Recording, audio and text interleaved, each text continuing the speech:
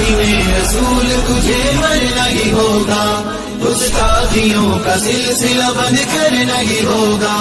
ہاں غیرت مسلم کا تقاضا ہی یہی ہے، ہاں غیرت مسلم کا تقاضا ہی یہی ہے، ہاں غیرت مسلم کا تقاضا ہی یہی ہے، سر تن سے جدا سن تیرا اب کرنا ہی ہوگا۔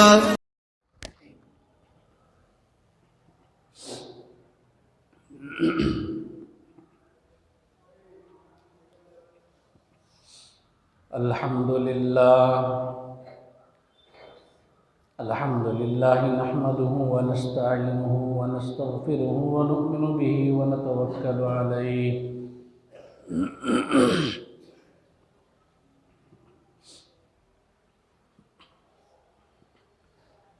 ونعوذ بالله من شرور أنفسنا ومن سيئات أعمالنا، من يهده الله فلا مضل له ومن يضلله فلا هادي له، نشهد أن لا إله إلا الله وحده لا شريك له، ونشهد أن سيدنا ومولانا محمدا عبده ورسوله،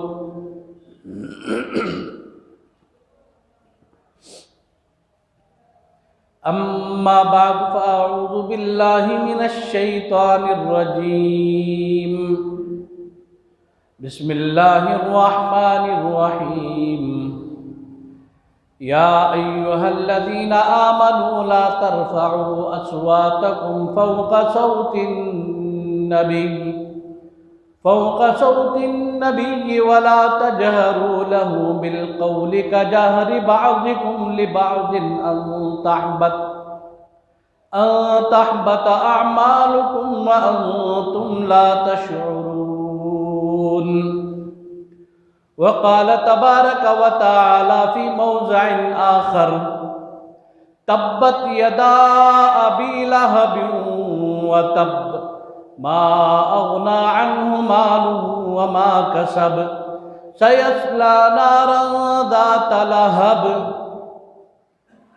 وامرأته حمالة الحطب، في جيدها حبل من مسد۔ صدق اللہ العظیم۔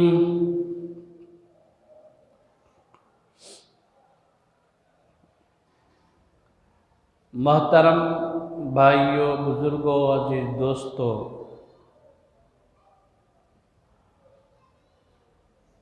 میں نے قرآن کریم سے دو مقامات سے دو آیتیں پڑھی۔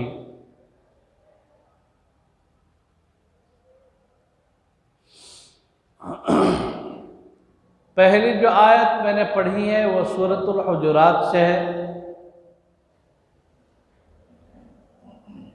اور دوسری جو سورت میں نے پڑھی یہ سورۃ اللہب۔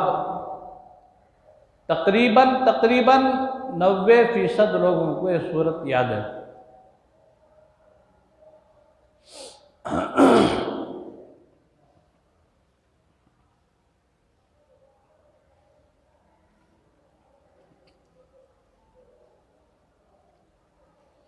یہ جو سورت ہے تبت یدا، اس کا شان نزول کیا ہے؟ شان نزول کا تو یہ سورت کئی کو نازل ہوئی، کیا واسطے اس کا نزول ہوا، بیک گراؤنڈ میں کیا تو ایک مسئلہ رہتا ہے۔ اب اس مسئلے کے پیچھے قرآن کی کوئی آیت نازل ہوتی ہے، بیک گراؤنڈ میں جو مسئلہ ہے، جو واقعہ ہے، اسے کہتے ہیں شان نزول۔ مثال کے طور پر ایک آدمی کسی کو ہدیہ دے رہا ہے، بعض والا پوچھتا ہے اسے تو ہدیہ دے رہا نا، کیا قصہ؟ انہیں بولتا ہے یہ میرا بہت اچھا دوست ہے، انہیں جو ہدیہ دیتا، انجان آدمی کو کون بھی ہدیہ نہیں دیتا، تحفہ نہیں دیتا. کوئی کسی کو ہدیہ یا تحفہ دے رہا ہے تو اس کا بیک گراؤنڈ ہے کہ انہیں اس کا دوست.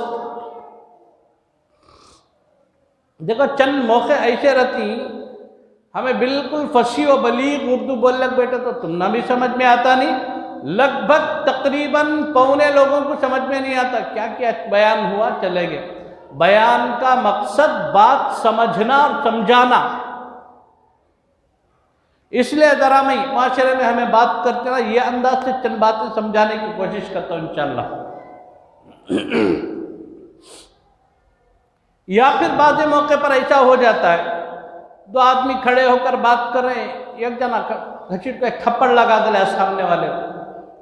10 لوگ جمع ہو گئے، اے اسے کیرے مارے تو نہ بلا انہیں گالی دیتا مجھے. جو چپ کا چپ ہدیہ نہیں دیا، چپ کا چپ تھپڑ نہیں مارا، بلکہ اس کے پیچھے ایک مقصد ہے. پہلا مقصد ہے کہ اس کا دوست اس لیے ہدیہ دیا، دوسرا مقصد جہاں ہے انہیں گالی دیا تو انہیں تھپڑ مارا.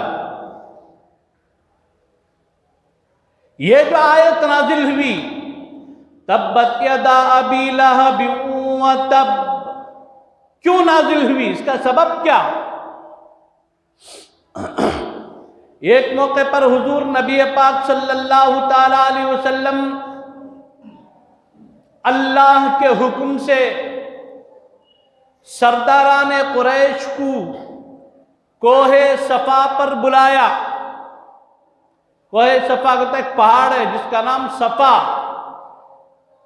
قرآن میں اس کا ذکر بھی ہے، ان الصفا والمروہ من شعائر اللہ. صفا کی پہاڑی پر اللہ کے نبی قریش کے جو سرداران تھے ان کو بلا کر بولے اگر میں تمہارے سامنے ایک بات رکھا تو کیا تمہیں میری بات مان لیتے ہیں، تسلیم کر لیتے؟ قریش کے سرداران میں ابو لہب بھی تھے جو حضور کو رشتے میں چچا بھی تھے. یہاں ایک بہت باریک بات سمجھنے کی کیا ہے معلوم؟ بعض موقع پر لوگ کیا بولتی ہیں کون کے عالم ہے، اس کا گھرانے کا بیک گراؤنڈ، اس کے بھائی کی چچائی کی کون کی خرابی. ارے انہوں اس کے گھر کو نہیں سدھارا. عالم کے ہاتھ میں ہدایت نہیں ہے. بڑے سے بڑے اللہ کے ولی کے ہاتھ میں ہدایت نہیں ہے. پیغمبر کے چچا ابو لہب، پیغمبر کے چچا ابو جہل،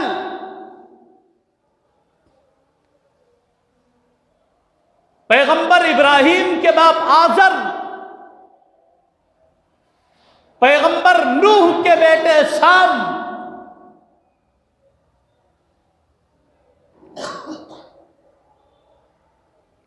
پیغمبر آدم کے بیٹے حابیل و قابیل. انک لا تہدی من احببت ولکن اللہ یہدی من یشاء. دونوں جہاں کے سردار سے اللہ فرما رہے ہیں میرے محبوب ہدایت خاص ہماری اتھارٹی میں ہے. ہدایت کی پاور آف اتھارٹی خاص اللہ کے قبضے قدرت میں ہے. کوئی پیغمبر بھی کسی کو ہدایت نہیں دے سکتے. پیغمبر کا کام کیا؟ دعوت دینا، بات پہنچانا، تبلیغ کرنا، صحیح بات اللہ کی طرف بلا دینا، یہ پیغمبر کا کام ہے. اسی لیے کبھی بھی کسی کے گھرانے کو دیکھو نہ کون بھی کسی بھی ہدایت نہیں دے سکتا. کسی کے حق میں کسی کے ہاتھ میں ہدایت نہیں ہے. تو حضور نبی پاک صلی اللہ تعالی علیہ وسلم سرداران قریش کو صفا کی پہاڑی پر بلائے.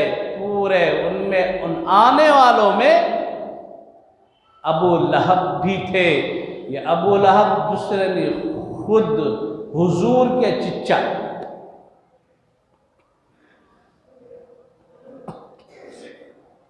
اب صفا کی پہاڑی پر جمع کرنے سے پہلے حضور کا بیک گراؤنڈ کیا تھا؟ پورے مکے کے لوگ حضور کو بولتے تھے یا رسول اللہ آپ صادق ہیں، آپ امین ہیں، آپ بہت بڑے امانت دار، آپ کی زبان میں سچائی ہے،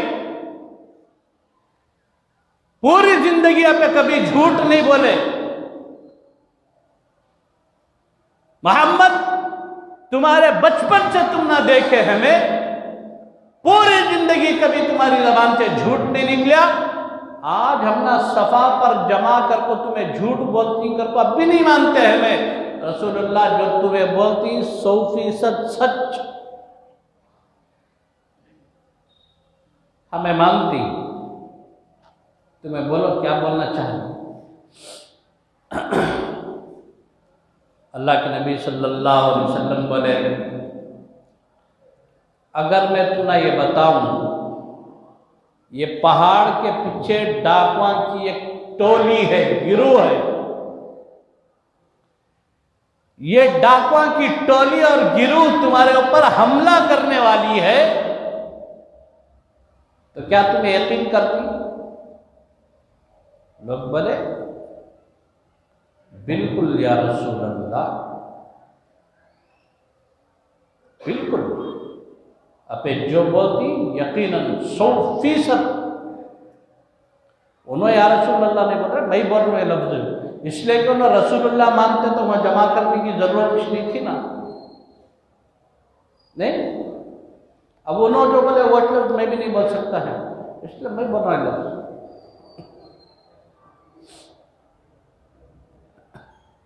پورے بولے بالکل ٹھیک، آپ جو بولتی ہمیں تسلیم کرتی، ہمیں مان لیتی۔ اللہ کے نبی بولے اس سے بھی زیادہ خطرناک مسئلہ یہ ہے کہ ایک آدمی اللہ کے علاوہ کسی اور معبودان باطلہ کی عبادت کر کو دنیا سے چلا جانا، اس کا ٹھکانہ جہنم ہے۔ لوگوں میں اللہ کا رسول ہوں، میں اللہ کا فرشتہ ہوں، میں اللہ کا پیغمبر ہوں، اللہ نے مجھے آپ کے درمیان مبعوث فرمایا، اور اللہ نے فرمایا انذر عشیرتک الاقربین، پیغمبر آپ اپنے قریبی رشتہ داروں کو جوڑو اور ان کو اسلام کی دعوت دو، ان کو ایمان کی دعوت دو، کلمے کی دعوت دو، یہ اللہ سے ہونے کے یقین کی دعوت دو۔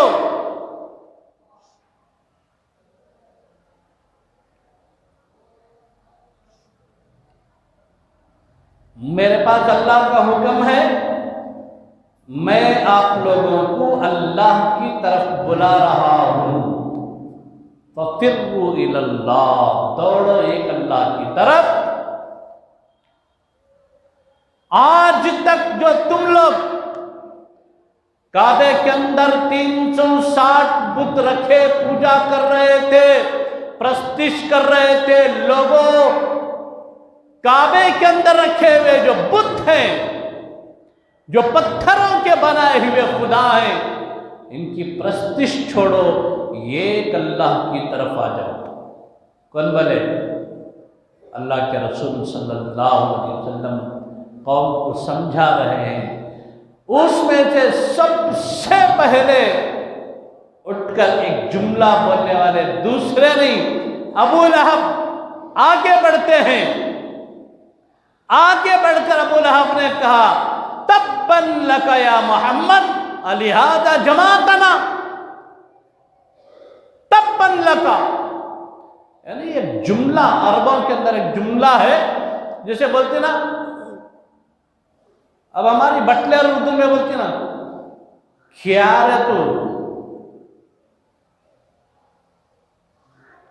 عربوں کے اندر ایک جملہ تھا تباً لک،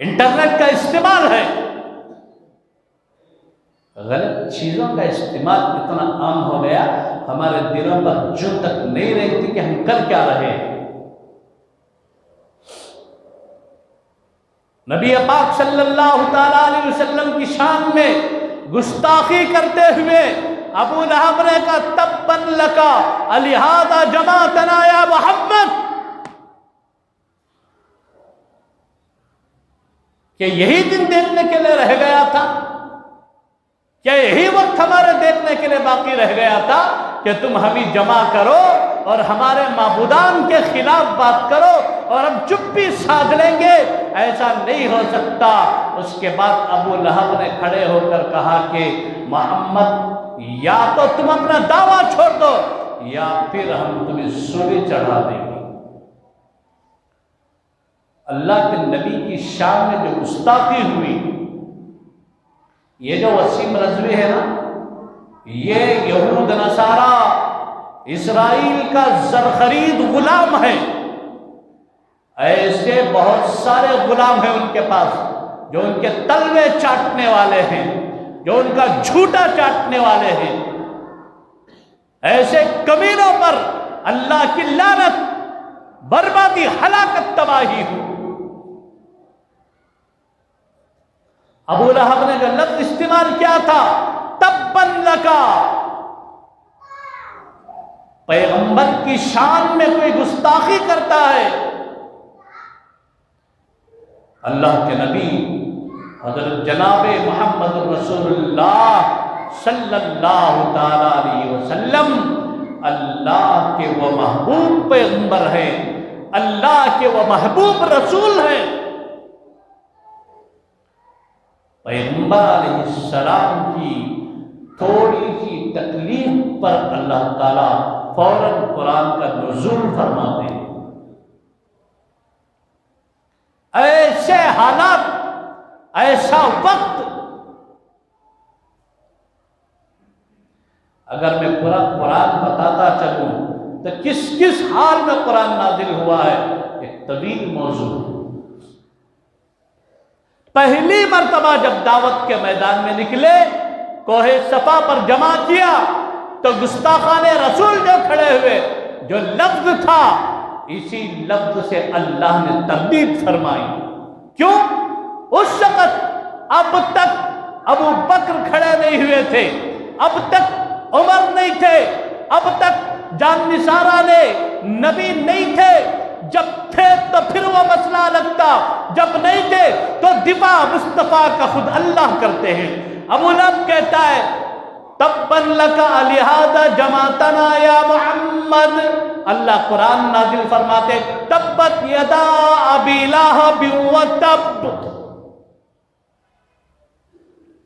ابو لہب تو کیا فصاحت و بلاغت جانے، میرا قرآن کا نزول ہوتا ہے جس کی فصاحت بھی اعلیٰ، جس کا طریقہ بھی اعلیٰ، جس کی عمدگی بھی اعلیٰ۔ تو کہتا تبا لکا میرے محمد کے لیے اسی لفظ تب سے تجھے میں انکار کرتا ہوں۔ تبت یدا ابی لہب وتب۔ ابو لہب پر لعنت کے جملے ہیں اس سورت کے اندر۔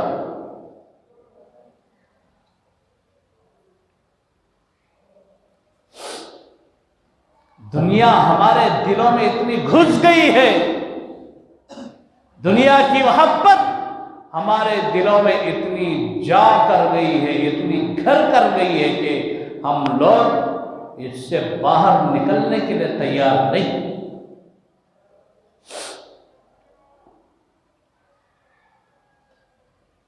جب قرآن کا نزول ہوتا ہے تبت یدا ابی لہب وتب ما اغنی عنہ مالہ وما کسب، اور جس پر اللہ لعنت بھیجے پھر اس کا ٹھکانہ آخرت میں تو ہے، تو آخرت میں تو ہے ہی جہنم، لیکن دنیا میں اس کا انجام کیا ہوا؟ دنیا کے اندر انجام کیا ہوا اس کا؟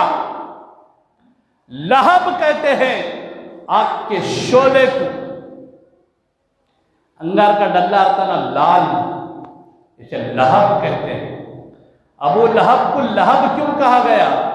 ابو لہب، لہب کا باپ، یعنی ابو کے معنی والا، ابو لہب، لہب والا، مطلب اس کے گال اتنے گورے گورے تھے، انگار جس طرح چمکتے نہ لال، ایسا رنگ سرخ تھا۔ اس کا تخلص پڑ گیا کہ ابو لہب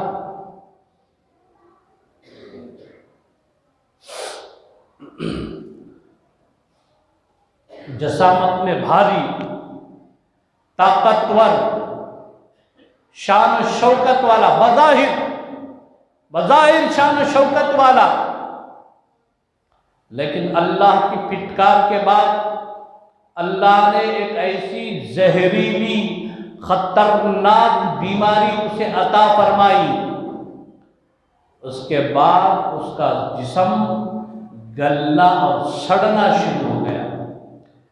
المستدرک علی الصحیحین میں امام حاکم نے اس پورے واقعے کو اسی آیت کی تفسیر میں لکھا ہے۔ ابو لہب کا پورا جسم گل اور سڑنا شروع ہو گیا۔ جب اس کے جسم کی پوری کنڈیشن برباد ہو گئی، تب اللہ نے اس پر موت کا حکم فرمایا۔ اس وقت اسے موت آئی۔ اب جب موت آئی تو اس کے جو بیٹے تھے ابو لہب کے، وہ آگے جانے کے لیے تیار نہیں۔ سامنے جا کر باپ کی میت کو بیٹا ہاتھ لگانے کے لیے تیار نہیں۔ کووڈ کے ٹائم کو ہمارا معلوم، کسی تو بھی پازیٹیو کا رپورٹ دیتے ہی فوراً بہت سارے جگہ ایسا ہوا کہ بیوی شوہر سے جدا، بیوی فیصلہ کر لی کہ کووڈ کا مریض اس کے پاس نہیں رہتی، طلاق ہو گیا۔ باپ کی میت ہے، بچے چھینے کے لیے تیار نہیں۔ ماں کی میت ہے، بچے آگے جانے کے لیے تیار نہیں۔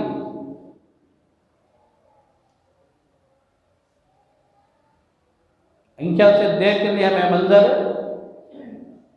پھر کب توبہ کرتے ہیں ہمیں؟ پیغمبر کی موجودگی میں پیغمبر معجزات دکھلاتے تھے، لوگ توبہ کرتے تھے۔ اللہ اب آنکھوں سے حالات دکھلا رہے، اب بھی ہمیں توبہ کرنے کے لیے تیار نہیں۔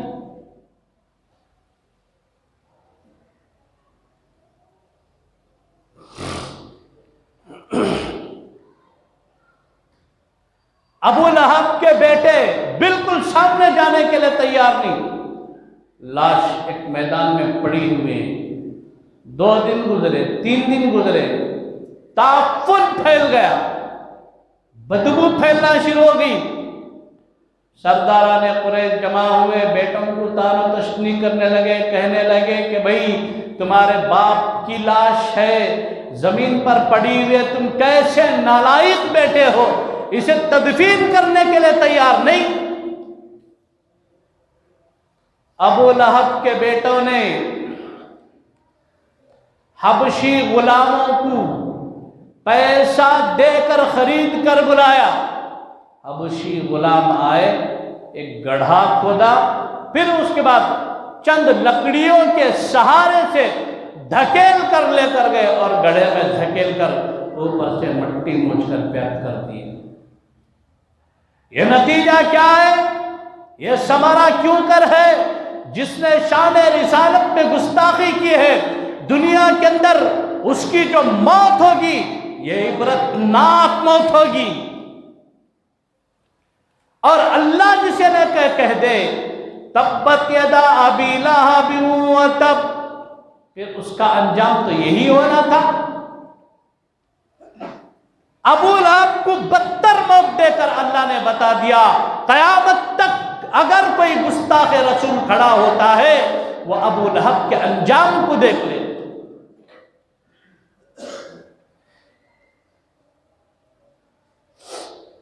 حالیہ واقعہ تقریباً 2 سال پرانا،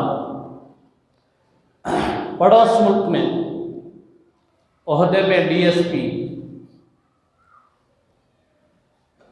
تحفظ ختم نبوت پر جتنے اجلاس ہوتے تھے ان اجلاسوں کو روکنے والا، اگر کوئی اللہ کے نبی کی شان میں گستاخی کرتا اس کے خلاف کوئی بھی کارروائی نہیں ہوتی، یوں درگزر کر کے چھوڑ دیتا تھا۔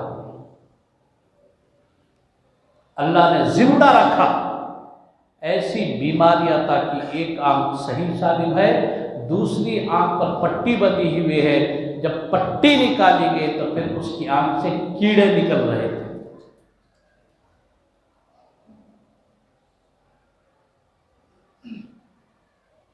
میرے محبوب کے صدقے میں اللہ نے دونوں جہاں کو سنوارا ہے، سدھارا ہے، بنایا ہے۔ اس محبوب کی شان میں گستاخی ہو اور اللہ چھوڑ دے، معاف کر دے، یہ نہیں ہو سکتا۔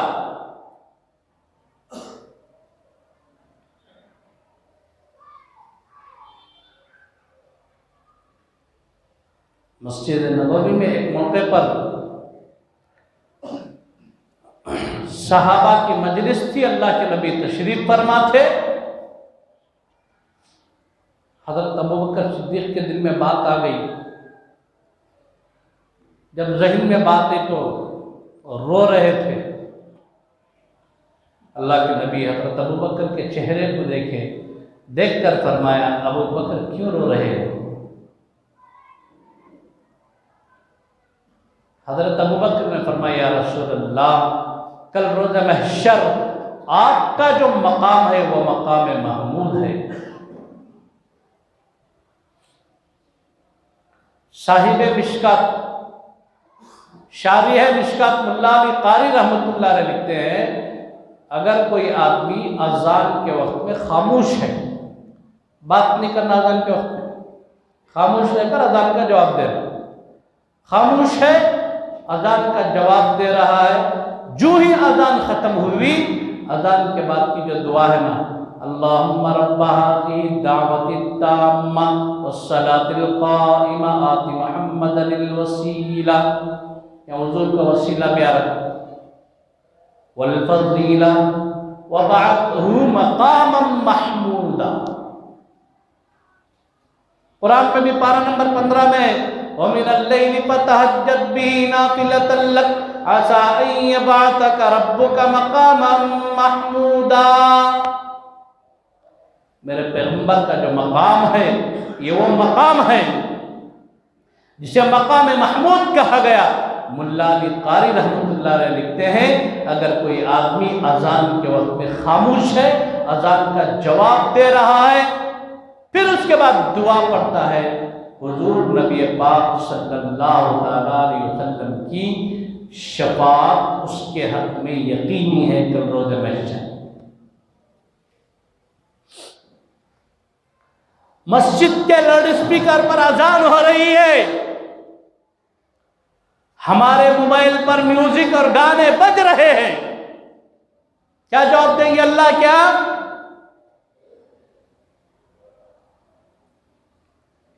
دیکھو، آج امت کو اللہ کے نبی نے جس دائرے کے اندر باندھ کے رکھا تھا، امت یہ دائرے سے باہر چلی گئی۔ فسق و فجور نہیں، گناہ نہیں، نگاہوں کی پاکیزگی، دل کی پاکیزگی، دماغ کی پاکیزگی، ظاہری طہارت، باطنی طہارت۔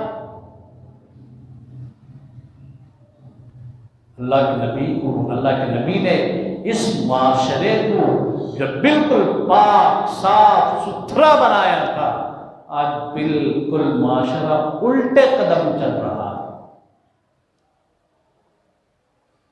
سنتوں پر عمل نہ کرنا، اللہ کی محبت کا نہ ہونا، ہمارے دل حضور کی محبت سے خالی ہونا، یہ عذاب نہیں تو کیا ہے ہم لوگوں کے لیے۔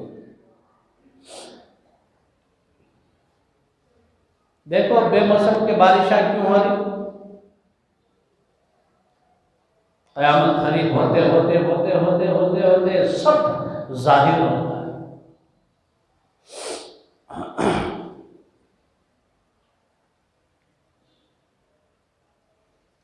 سید عطا اللہ شاہ بخاری رحمۃ اللہ علیہ زمانے میں پنجاب میں راجپال نامی ایک شخص نے ایک کتاب لکھی، جس طرح آج ہے نا ایک کمینہ نالائق وسیم رضوی جو لکھتا ہے، یہ نا دجالوں کی اولاد ہے، سلسلہ چلا ہے، ایسے دجال اور کمینے، ایسے ناپاک نجس العین لوگ قیامت تک پیدا ہوتے رہیں گے، لیکن قیامت تک ان پر اللہ کی لعنت برستی رہے گی۔ لیکن ہمارا فریضہ کیا ہے؟ راجپال نے کتاب لکھی رنگیلا رسول، اللہ کے نبی کی شان میں گستاخیاں لکھی، توہین لکھی۔ عطا اللہ شاہ بخاری سوئے ہوئے خواب میں حضرت زہرا کی زیارت ہوتی ہے، حضرت فاطمہ فرماتی ہے کہ عطا اللہ سید زادے ہو کر خاموش ہو، جس سرزمین پر میرے ابا کی توہین ہو رہی ہو اس سرزمین پر عطا اللہ تو خاموش ہے۔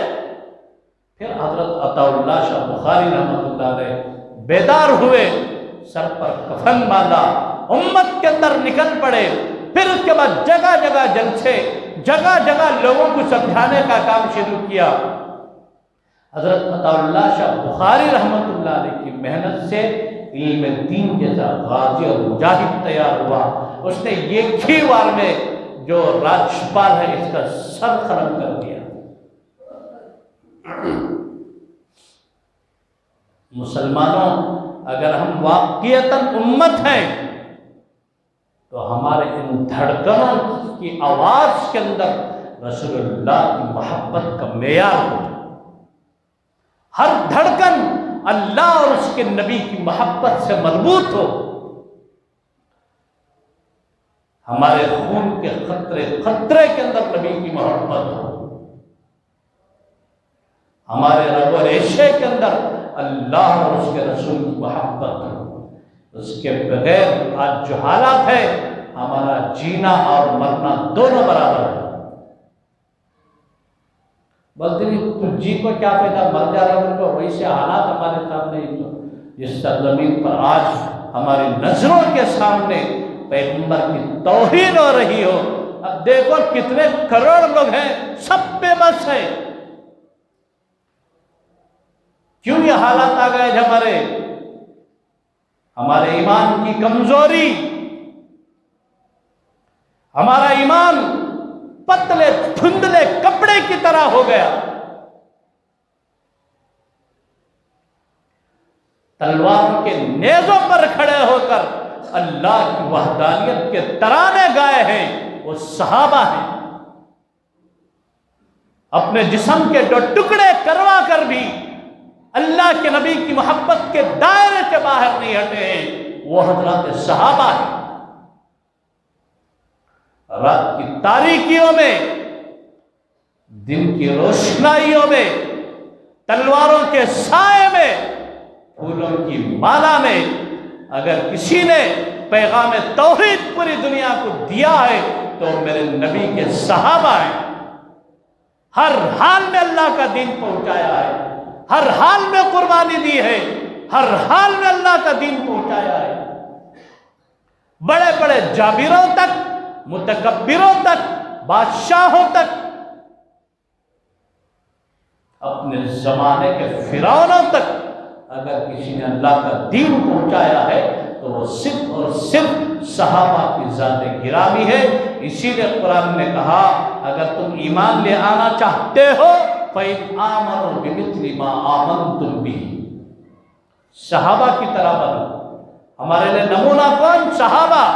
صحابہ کو دیکھو، ہمارے ایمان کا معیار اس طرح ہو، ہمارے ایمان کی سطح اس طرح ہو، اللہ کی راہ میں جان دینے کا جذبہ، اللہ کے راستے میں اپنے آپ کو لٹا دینے کا جذبہ، اپنا مال، اپنی جان، اپنا سب کچھ نچھاور کر دینے کا جذبہ اگر کہیں سے ہمیں ملتا ہے تو حضرات صحابہ کی ذات گرامی سے ملتا ہے۔ اس لیے دوستو، آج ہمارے جو حالات ہیں یہ کیا ہے، یہ ہر شخص کو معلوم ہے۔ سمندر کی کس تہ میں ہم کھڑے ہوئے ہیں یہ ہم میں سے ہر شخص کو معلوم ہے۔ اس لیے اب تھوڑا پرانے دور کی طرف چلیں گے. میں بہت پہلے خطبات میں ایک جملہ بولیا تھا، سادگی پیدا کرنا. یہ جو سادگی کا لفظ ہے نا، اب پتہ نہیں چلتا، چند دنوں کے بعد پتہ چلے گا کہ سادگی کیا ہوتی ہے. سادگی کی طرف آ جاؤ. نرم نرم بستر، عیش و آرام، مزیدار کھانے، اللہ جب تک کھلا رہا اس کا شکر ہے. لیکن ہر حال میں ہر طرح سے اللہ کے دین کے تحفظ کے لیے ہم اپنے آپ کو تیار رکھیں، اس کی بہت ضرورت ہے. ویسا بنانا تو اندر سے ایمان کی سطح مضبوط ہونا، ایمان کی کیفیت مضبوط ہونا.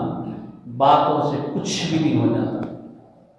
باتیں کرنے والے بہت نئے چلے گئے، باتیں کرنے والے ایک جمعہ کا خطبہ سن کر جاتے ہیں، ایک جلسے میں بیان سن کر جاتے ہیں، کیا اثر لے کر جا رہے ہیں؟ ہمیں اتنا بتاؤ، کیا انقلاب آیا امت کے اندر؟ کتنے جلسے نہیں ہو رہی؟ کیا تب انقلاب آیا، تبدیلی ہمارے اندر نہیں؟ کیوں نہیں؟ ہمیں نا رتی آرٹیفیشل بن گیا، آرٹیفیشل بن گئے. دوستو چھوڑو ایسا، اب تک جتنی زندگی گزری سو گزری، چھوڑو. ایک فکر یہ اللہ کرے یہ ہر مومن کے دل میں تڑپ پیدا ہو، اللہ کرے ہر مسلمان کے دل میں فکر پیدا ہو. تھوڑا سادگی کی طرف. 50 سال 100 سال پہلے ہمارے بزرگوں کا جو مزاج تھا، ہمارے اکابر کا جو مزاج تھا، سادگی. ان کے کھانے میں سادگی، ان کے پہننے میں سادگی، ان کی بول چال میں سادگی، ان کے مزاج اور معاشرے کے اندر سادگی. یہ پیدا کرو اپنے اندر، اور اس کی برکت دیکھو اللہ تعالیٰ کیا روحانیت دیتی، کیا ہمارے اندر تقوی و طہارت پیدا ہوتا ہے. یہ سب سادگی سے عطا ہے. اللہ سے دعا کرو اللہ مجھے اور آپ کو، اللہ پوری امت مسلمہ کو کہنے سننے سے عمل صالح کی توفیق عطا فرمائے. اللہ تعالیٰ اس کے نبی کی محبت اور اللہ پیغمبر کے لائے ہوئے دین کے لیے ہم سب کو قبول فرما لے. آمین. وآخر دعوانا الحمدللہ رب العالمین.